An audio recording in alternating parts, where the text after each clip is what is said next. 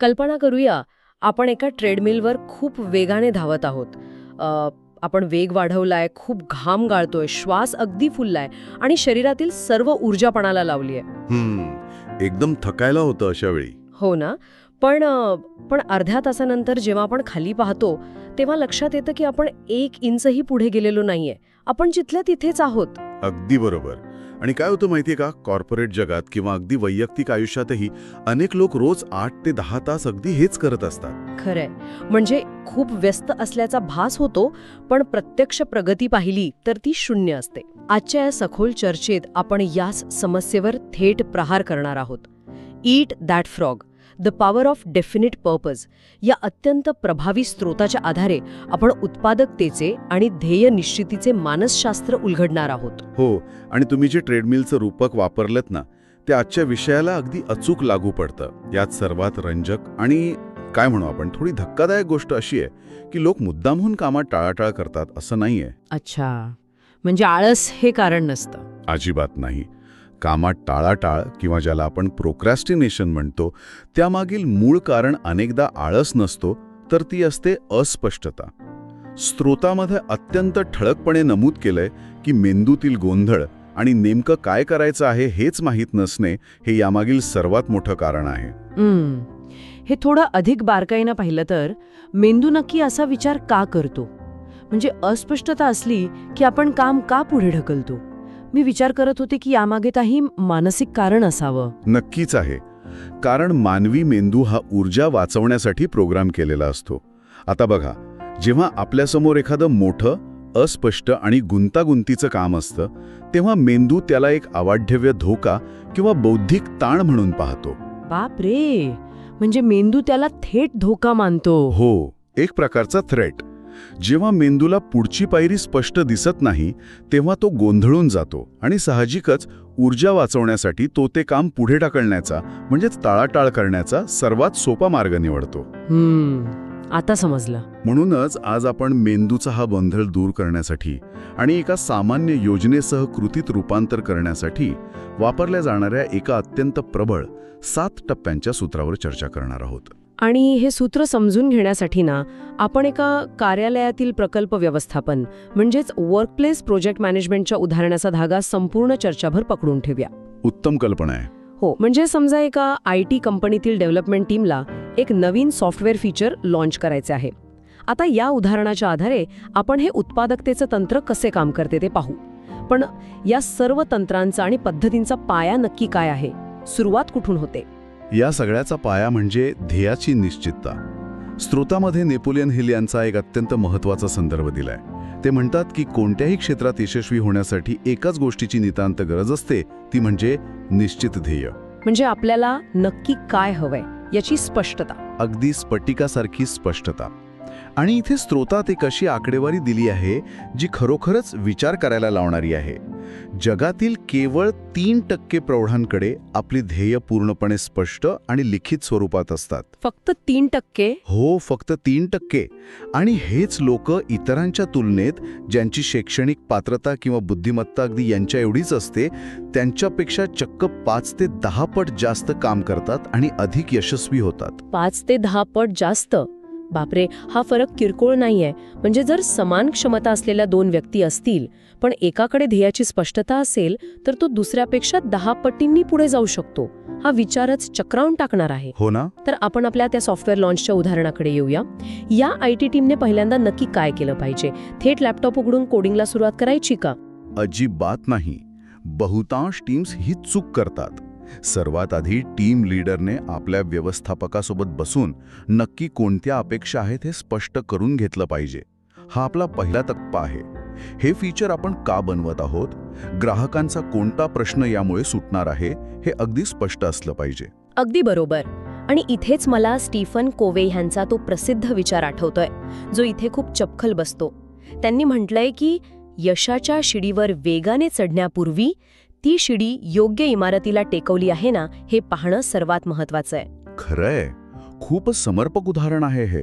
कारण विचार करा ना, जर त्या IT टीमने अतिशय उत्तम कोडिंग करून एक छानसं चॅट फीचर बनवलं, पण ग्राहकांना प्रत्यक्षात पेमेंट गेटवे हवा होता, तर ते उत्कृष्ट कोडिंग हा वेळेचा सर्वात मोठा दुरुपयोग ठरतो. दिशा नसलेला वेग नेहमीच विनाशकारी असतो. तंतोतंत. दिशा ठरल्यानंतर एक अत्यंत महत्त्वपूर्ण टप्पा येतो, म्हणजे दुसरा टप्पा. तो म्हणजे तुमचे विचार कागदावर उतरवणे, थिंक ऑन पेपर. डोक्यातील गुंता कागदावर सोडवणे. हो, स्तोत्रामध्ये स्पष्ट म्हटलंय की अलिखित ध्येय म्हणजे केवळ एक भ्रम किंवा इच्छा असते, त्यात कोणतीही ऊर्जा नसते. हे खूपच रंजक आहे, कारण मला नेहमी वाटायचं की जोपर्यंत एखादा विचार फक्त डोक्यात असतो तोपर्यंत तो हवेत तरंगणाऱ्या धुरासारखा असतो. पण जेव्हा आपण पेन घेऊन तो कागदावर लिहितो तेव्हा आपण त्याला एक भौतिक स्वरूप देतो. अगदी बरोबर. आपण एका विचाराला वास्तवात आणण्याची ती पहिली कृती करतो. ठीक आहे, आपण दिशा निश्चित केली आणि उद्दिष्ट कागदावर लिहून काढलं. पण समजा या IT टीमने ठरवलं की आपल्याला हे सॉफ्टवेअर लॉन्च करायचं आहे, पण त्यासाठी कोणतीही कालमर्यादा म्हणजे डेडलाईन ठरवली नाही, तर मग काय होईल? तिसरा टप्पा आहे. मुदतीशिवाय कोणत्याही ध्येयाला निकड किंवा अर्जन्सी नसते. त्याला ना खरी सुरुवात असते ना शेवट. माणसाचा स्वभावच असा आहे की जितका वेळ उपलब्ध असतो तितकं काम ताणलं जातं. अरे हो, पार्किन्सन्स लॉ. हे एका फुटबॉलच्या सामन्यासारखं वाटतंय मला. कल्पना करा, जर एखाद्या आंतरराष्ट्रीय फुटबॉल सामन्याला वेळेची मर्यादाच नसेल. माझ्या मैदानावर असेच रेंगाळत राहतो, नाही का? हे रूपक अतिशय चपखल आहे. डेडलाईन हे तुमच्या कामाचं इंजिन आहे. पण आता इथे एक प्रश्न निर्माण होतो. आपण दिशा ठरवली, ध्येय कागदावर लिहिलं आणि डेडलाईनही दिली. पण एक कागदावर लिहिलेलं ध्येय आपोआप तर पूर्ण होत नाही. हो, तसं असतं तर किती बरं झालं असतं. हो ना. तर या महत्वाकांक्षेला रोजच्या प्रत्यक्ष कामाशी कसं जोडायचं, हा आपला चौथा टप्पा. बरोबर. म्हणजे आता आपल्या IT टीमकडे 30 तारखेची डेडलाईन आहे. पण पुढे काय? इथेच प्रत्यक्ष आराखडा किंवा यादी तयार करण्याची प्रक्रिया सुरू होते. ध्येय साध्य करण्यासाठी आवश्यक असलेल्या सर्व लहान मोठ्या कामांची एक सर्वसमावेशक यादी कागदावर तयार करावी लागते. म्हणजे आपल्या सॉफ्टवेअर फीचरच्या उदाहरणात सर्वाधिक गरजेच्या बॅकएंड कोडिंगपासून ते testing, user interface design, bugs शोधणे आणि अगदी लॉन्चच्या दिवशी पाठवायचा ईमेल मसुदा तयार करणे, या सर्व गोष्टींची एक मोठी यादी तयार करणे. एक प्रकारचा ब्रेन डंप. होय. आणि नुसती यादी तयार करून भागत नाही. 5व्या टप्प्यात त्या यादीला प्राधान्य आणि क्रमानुसार लावावं लागतं. अच्छा, म्हणजे प्रायोरिटी आणि सिक्वेन्स. हो. आधी काय करायचं आणि नंतर काय. कागदावर चौकोन आणि वर्तुळे काढून ही योजना दृश्यमान करणं खूप महत्वाचं असतं. आधी डिझाईन पूर्ण होईल आणि मगच टेस्टिंग सुरू होईल. हा क्रम लावल्याने कामाला एक रचना मिळते. पण थांबा, इथे मला एक शंका उपस्थित करावीशी वाटते. बोला ना. आपण मगाशी म्हणालो की अस्पष्टतेमुळे माणूस काम टाळतो. पण जर एखादा सॉफ्टवेअर डेव्हलपरनी त्याच्या कामाची अशी 70-80 मुद्द्यांची लांबलचक यादी पाहिली तर त्यामुळे त्याचा ताण आणखी वाढणार नाही का? एवढी मोठी यादी पाहून माणूस जास्त घाबरून जाईल आणि हे माझ्याने होणार नाही असा विचार करून परत टाळाटाळ करू लागेल, असं नाही का वाटत? तसं पाहिलं तर वरवर हे अगदी स्वाभाविक वाटतं. पण मेंदूचं मानसशास्त्र आणि कार्यपद्धती याच्या अगदी उलट असते. काय होतं माहितीये का, जेव्हा एखादा मोठा प्रोजेक्ट फक्त आपल्या डोक्यात असतो, उदाहरणार्थ संपूर्ण सॉफ्टवेअर लॉन्च करणे, तेव्हा मेंदूला तो एक अवाढव्य न पेलवणारा डोंगर वाटतो. तो मगाशी तुम्ही म्हणालात तसं धोका वाटतो. अगदी बरोबर. मेंदूचा धोक्याची घंटा वाजवणारा भाग सक्रिय होतो. तो विचार करतो की एवढं मोठं काम, माझ्याकडे एवढी ऊर्जा नाही. पण जेव्हा आपण त्याचे कागदावरील लहान लहान चौकोनांमध्ये विभाजन करतो तेव्हा तो ताण आश्चर्यकारकपणे कमी होतो. म्हणजे मेंदूला कळतं की मला आत्ता या क्षणी संपूर्ण सॉफ्टवेअर बनवायचं नाहीये, मला फक्त लॉग इन बटनचा रंग निळा करायचा आहे. अगदी अचूक. लॉग इन बटनचा रंग बदलणे हे काम मेंदूला अजिबात धोकादायक वाटत नाही. ही लहान कामांची स्पष्टता ताण वाढवत नाही तर तो कमी करते आणि कामाला सुरुवात करणे खूप सोपे करते. खरोखरच एक आहा मोमेंट आहे. मोठ्या कामाचे लहान तुकडे केल्याने आपण आपल्याच मेंदूची बचाव यंत्रणा शांत करतो. बरं, आता आपण दिशा मिळवली, योजना बनवली, चौकोन आणि वर्तुळे काढली. पण या सखोल चर्चेचा सर्वात महत्वाचा गाभा आता सुरू होतो. होय, कारण अनेकदा योजना कागदावरच राहतात. तेच तर. हाच तो सर्वात नाजूक टप्पा आहे ना, जिथे बहुतांश लोक अपयशी ठरतात.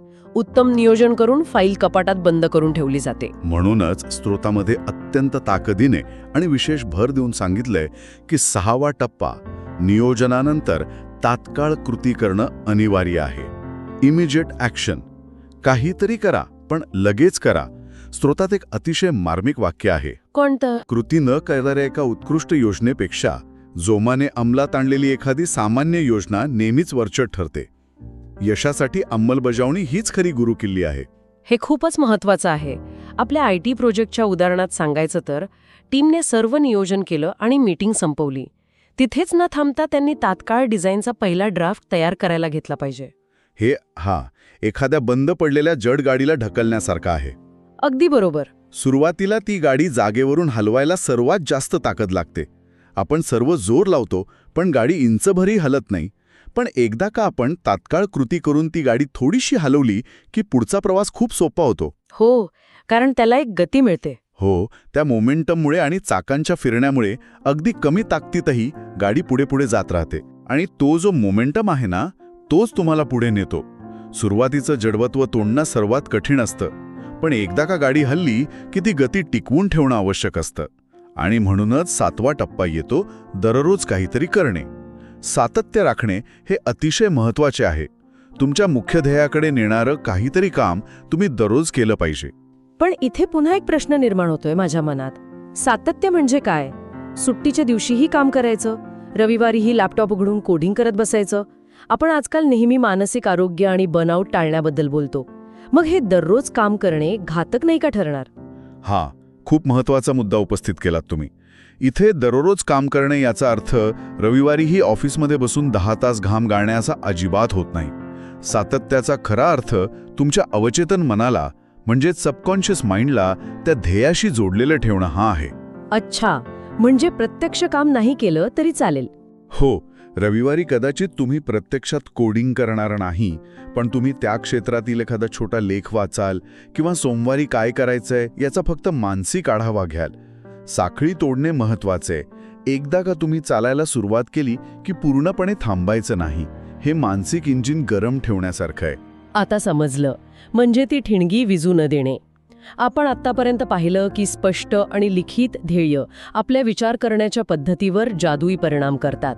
या स्रोतात यात ध्येयांची तुलना यशाच्या भट्टीतील इंधनाशी केली आहे. जितकी मोठी आणि स्पष्ट ध्येय तितका जास्त उत्साह. होय. पण हे प्रत्यक्ष आयुष्यात कसं लागू करायचं यासाठी स्रोतामध्ये एक अतिशय रंजक आणि प्रभावी सराव दिलेला आहे.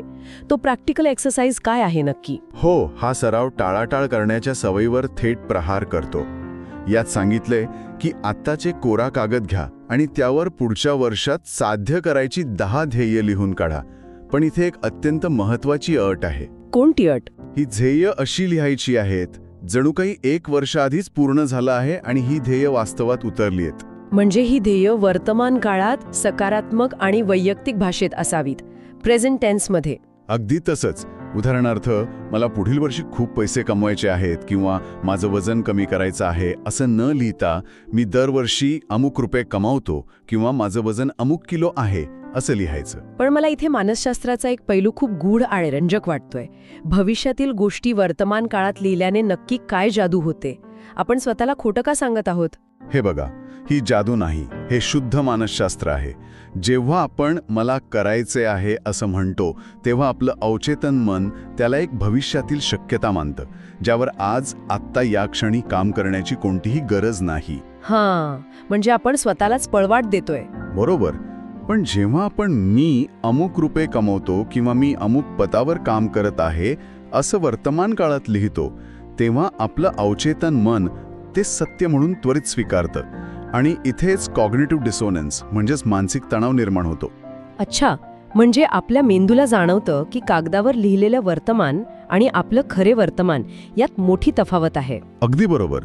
मेंदूला ही तफावत आवडत नाही, त्यामुळे तो अस्वस्थ होतो. आणि ही तफावत भरून काढण्यासाठी, कागदावर लिहिलेलं सत्य वास्तवात आणण्यासाठी तो तुम्हाला नवनवीन कल्पना देऊ लागतो, ऊर्जा देतो आणि कृती करण्यासाठी भाग पाडतो. आपण एका अर्थी आपल्याच मेंदूला सकारात्मक कृती करण्यासाठी हॅक करत असतो. हा विचार खरोखरच खूप शक्तिशाली आहे. आणि मग ह्या 10 ध्येयांच्या यादीतून पुढे काय करायचं? या 10 पैकी अशा एका ध्येयाची निवड करायची ज्याचा तुमच्या आयुष्यावर सर्वात मोठा सकारात्मक परिणाम होईल. तोच तुमचा सर्वात मोठा आणि कठीण बेडूक आहे. तो बेडूक. हो.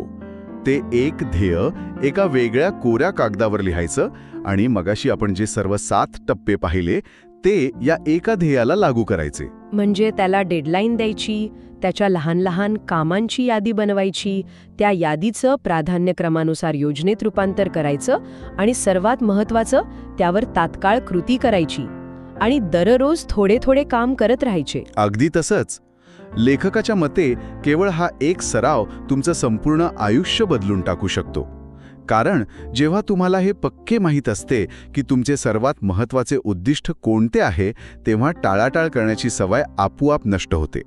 आणि ईट दॅट फ्रॉग या संकल्पनेचा मूळ अर्थ हाच आहे, दिवसाची सुरुवात करताना सर्वात कठीण आणि सर्वात महत्त्वाचे काम म्हणजेच तो बेडूक सर्वात आधी संपवणे. आजच्या या सखोल चर्चेतून आपण खरोखरच एका अत्यंत महत्त्वाच्या मानसिक प्रवासाचा अनुभव घेतला आहे. आपण पाहिलं की कामातील अस्पष्टता कशी आपली ऊर्जा शोषून घेते आणि आपल्याला टाळाटाळ करण्यास भाग पाडते. एका IT प्रोजेक्टच्या उदाहरणातून आपण समजून घेतलं की फक्त काम करत राहण्यापेक्षा दिशा स्पष्ट असणं किती गरजेचं आहे. होय. डोक्यातील गुंता कागदावर सोडवणे, डेडलाईनचं इंजिन लावणे, कामाचे लहान तुकडे करून मेंदूवरील ताण कमी करणे आणि सर्वात महत्त्वाचे, फक्त योजना न बनवता तात्काळ कृती करणे. आणि पुन्हा एकदा यावर मला भर द्यावासा वाटतो की केवळ माहिती मिळवणे पुरेसे नसते. जोपर्यंत आपण तो पहिला ड्राफ्ट लिहित नाही, तो पहिला फोन करत नाही किंवा कोडिंगची ती पहिली ओळ लिहित नाही, तोपर्यंत जगातील सर्वात उत्तम नियोजनही पूर्णपणे व्यर्थ असते. एकदम 100%. तर आजची ही चर्चा संपवताना आपण सर्वांनी एका गोष्टीवर गांभीर्याने विचार केला पाहिजे. जर केवळ आपलं ध्येय कागदावर लिहून काढल्याने आणि सर्वात कठीण कामावर तात्काळ कृती केल्याने उत्पादकता आणि यश चक्क 10 पटींनी वाढू शकतं, तर सध्या आपल्या आयुष्यातील सर्वात महत्त्वाचे ध्येय केवळ डोक्यात लपवून ठेवल्यामुळे आपण किती मोठी किंमत मोजत आहोत. खरे. असा कोणता कठीण बेडूक आहे जो केवळ कागदावर न उतरवल्यामुळे आणि स्पष्टतेअभावी अजूनही आपण गिळलेला नाही? तो कोणता प्रोजेक्ट आहे जो स्पष्टतेच्या अभावामुळे कपाटात धूळ खात पडला आहे? विचार करा आणि आजच तो कागदावर उतरवा.